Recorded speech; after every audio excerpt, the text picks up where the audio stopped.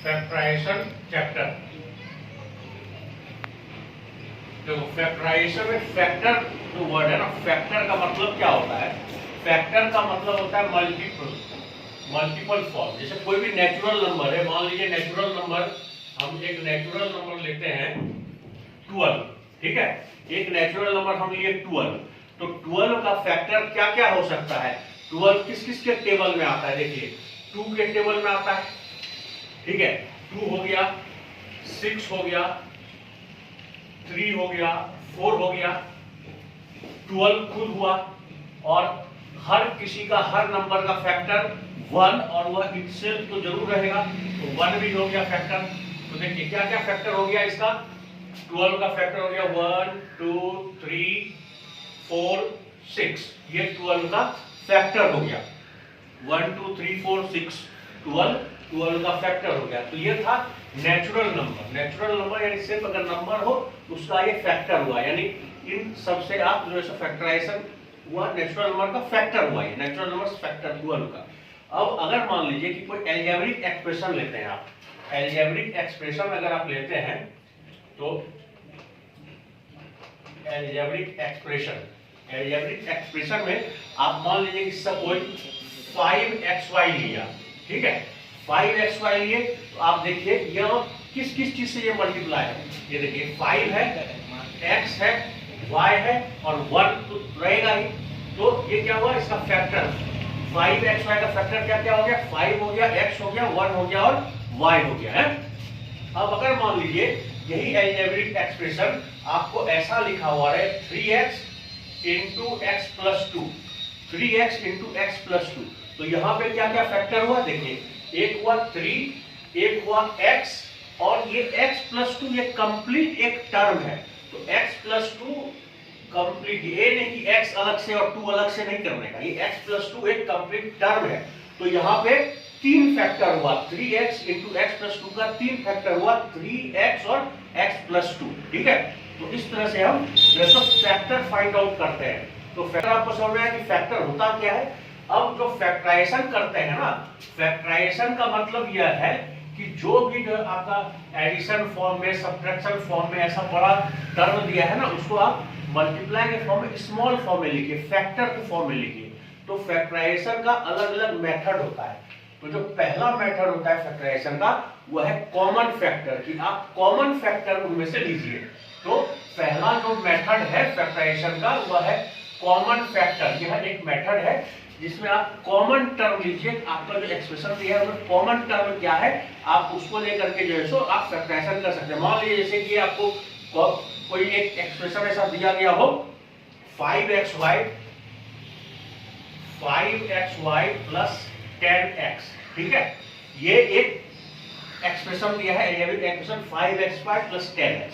अब आप देखिए कि इनमें कॉमन टर्म क्या क्या है। तो पहले तो आप फैक्टर निकालिए, ये 5xy है ना, तो हम पहले क्या निकालेंगे? फैक्टर।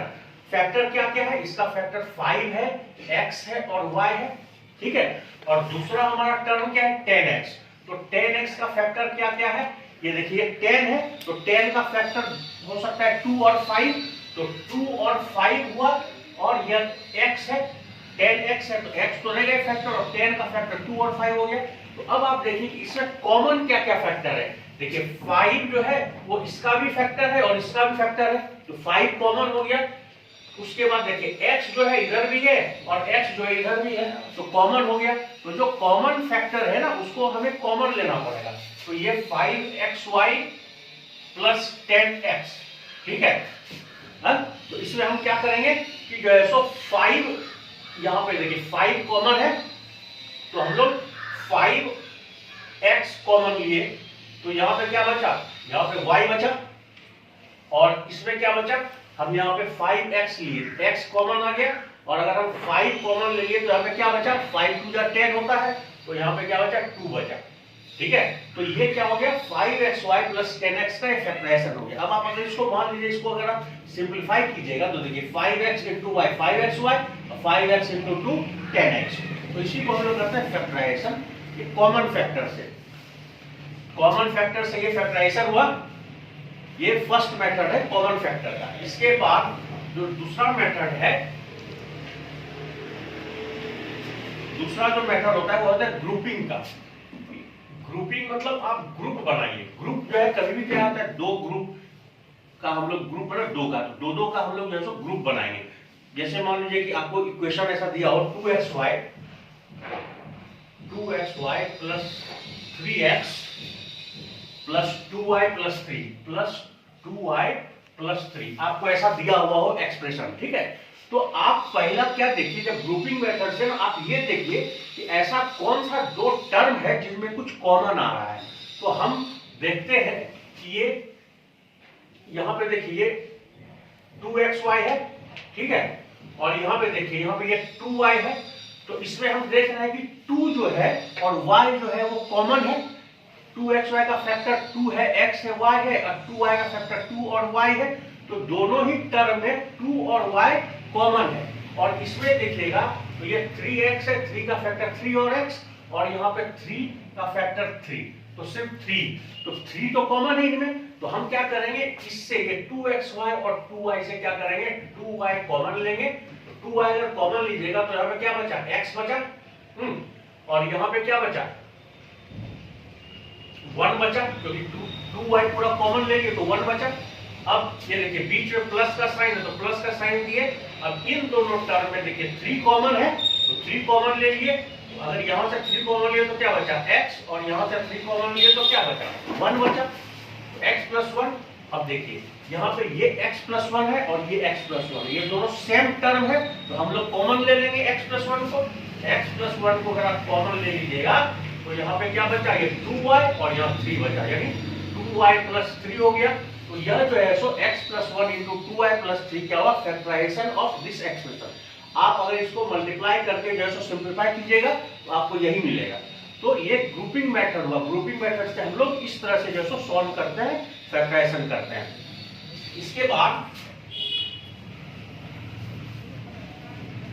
इसके बाद जो टर्म है वो है आपका यूजिंग आइडेंटिटीज। आइडेंटिटीज का मतलब होता है कि जो फॉर्मूलाज है ना उसका इस्तेमाल करना। आइडेंटिटीज आपके सिलेबस के हिसाब से 2 आइडेंटिटीज यूज करने का, एक a प्लस बी का होल स्क्वायर, ठीक है। a प्लस बी का होल स्क्वायर क्या होता है, a square plus 2ab plus b square, ठीक है। और a माइनस बी का whole square, a minus b का होल स्क्वायर क्या होता है बेटा, a स्क्वायर माइनस 2ab और प्लस b स्क्वायर। तो इसके इस आइडेंटिटीज के ऊपर बेस जो भी एक्सप्रेशन रहेगा उसको हम लोग कैसे फैक्टराइजेशन करेंगे। तो हम एक जो है सो एग्जांपल लेते हैं। जैसे मान लीजिए कि आपको दिया हो x square plus 8x plus 16, ठीक है। तो आइडेंटिटीज हम क्या देखेंगे, a प्लस बी का होल स्क्वायर। तो हम अगर इसको a मानते हैं और इसको b मानते हैं तो हम देखेंगे कि यह किसका जो है सो परफेक्ट स्क्वायर है, ठीक है। तो हम देख रहे हैं कि जो 16 है ना ये 4 का परफेक्ट स्क्वायर है, और ये x है तो x स्क्वायर के फॉर्म में है ही।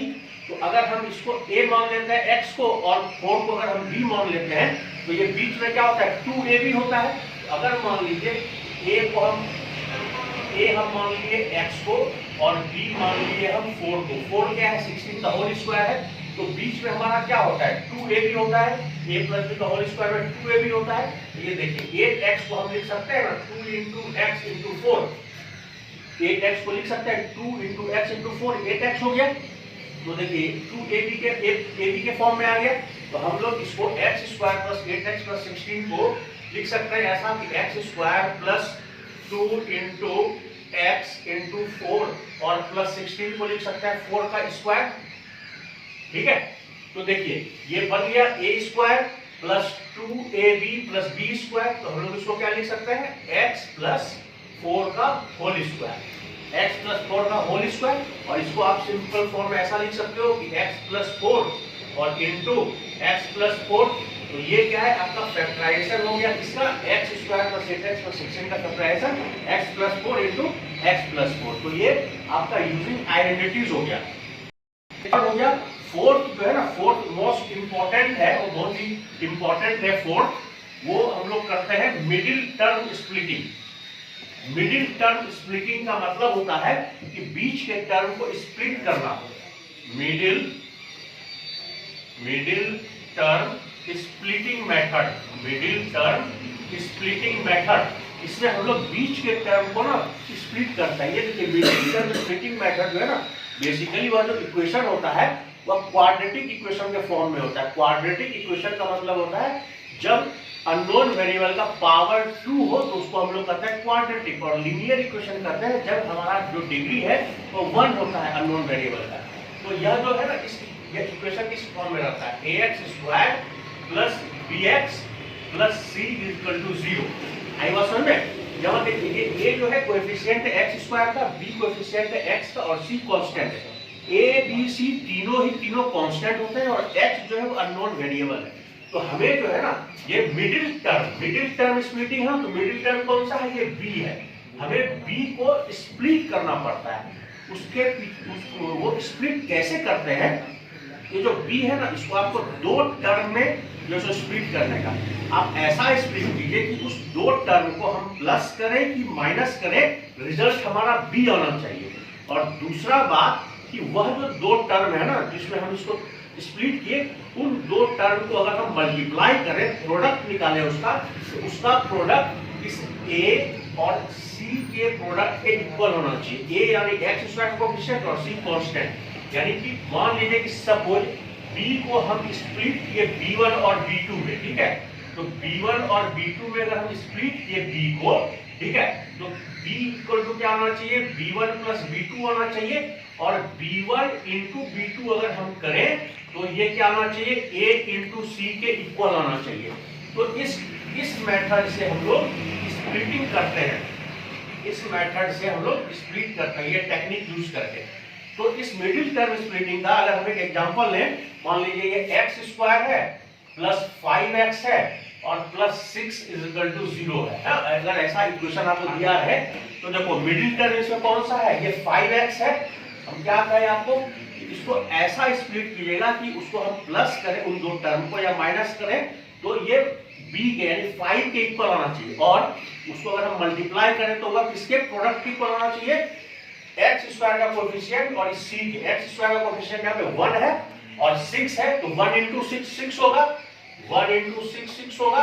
और ये 5 को अगर हम 3 और 2 में स्प्लिट करें तो 3 प्लस 2 देखिए 5 आ रहा है और 3 इंटू 2 भी देखिए 6 आ रहा है। तो हम 3 और 2 में इसको स्प्लिट कर सकते हैं। तो हम इसको कैसे स्प्लिट करेंगे वो देखिए, x² है प्लस ये 3x कर दीजिए प्लस 2x और प्लस 6 इक्वल टू 0। देखिए हम कुछ चेंज नहीं किए, 5 को सिर्फ स्प्लिट कर दिए 3x और 2x में। तो x अब यहां पे देखिए ये x² है और यहां पे 3x है। आपको क्या बोले थे? आप देखिएगा कॉमन टर्म हम इसमें ले सकते हैं। अब देखिए इसमें हम अगर देखने जाए तो यहाँ पे 3x है, यहाँ पे 6 है।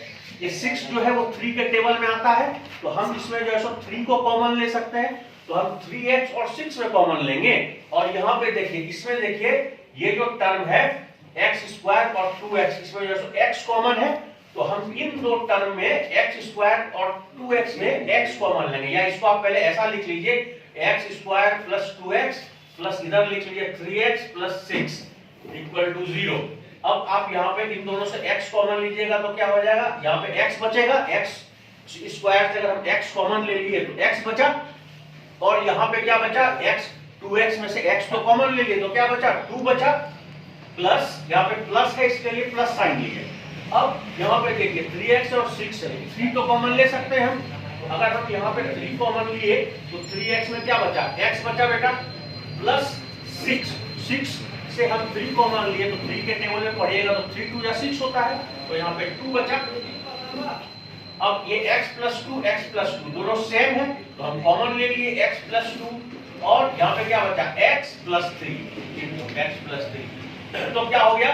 x² plus 5x equal to 0 का जो फैक्टराइजेशन हुआ वो क्या हो गया? x plus 2x plus 3। यानी इसके जो दो फैक्टर होंगे वो x प्लस 2 और x प्लस 3 होंगे, दो फैक्टर।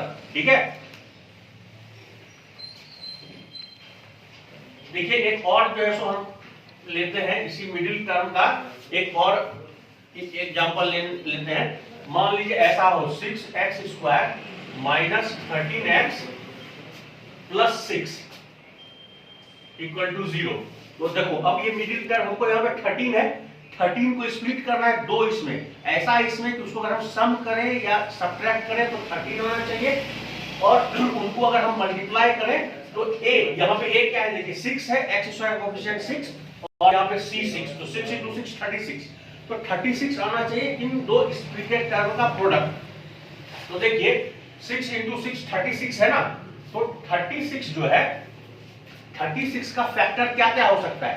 36 जो है अगर आप 2 से चालू करते हैं तो 2 18 into 2 होता है, 3 के टेबल में जो है सो 3 के टेबल में नहीं 12 है, 3 12 3 या 36 होता है। फिर 4 में अगर आप देखने जाते हैं तो 4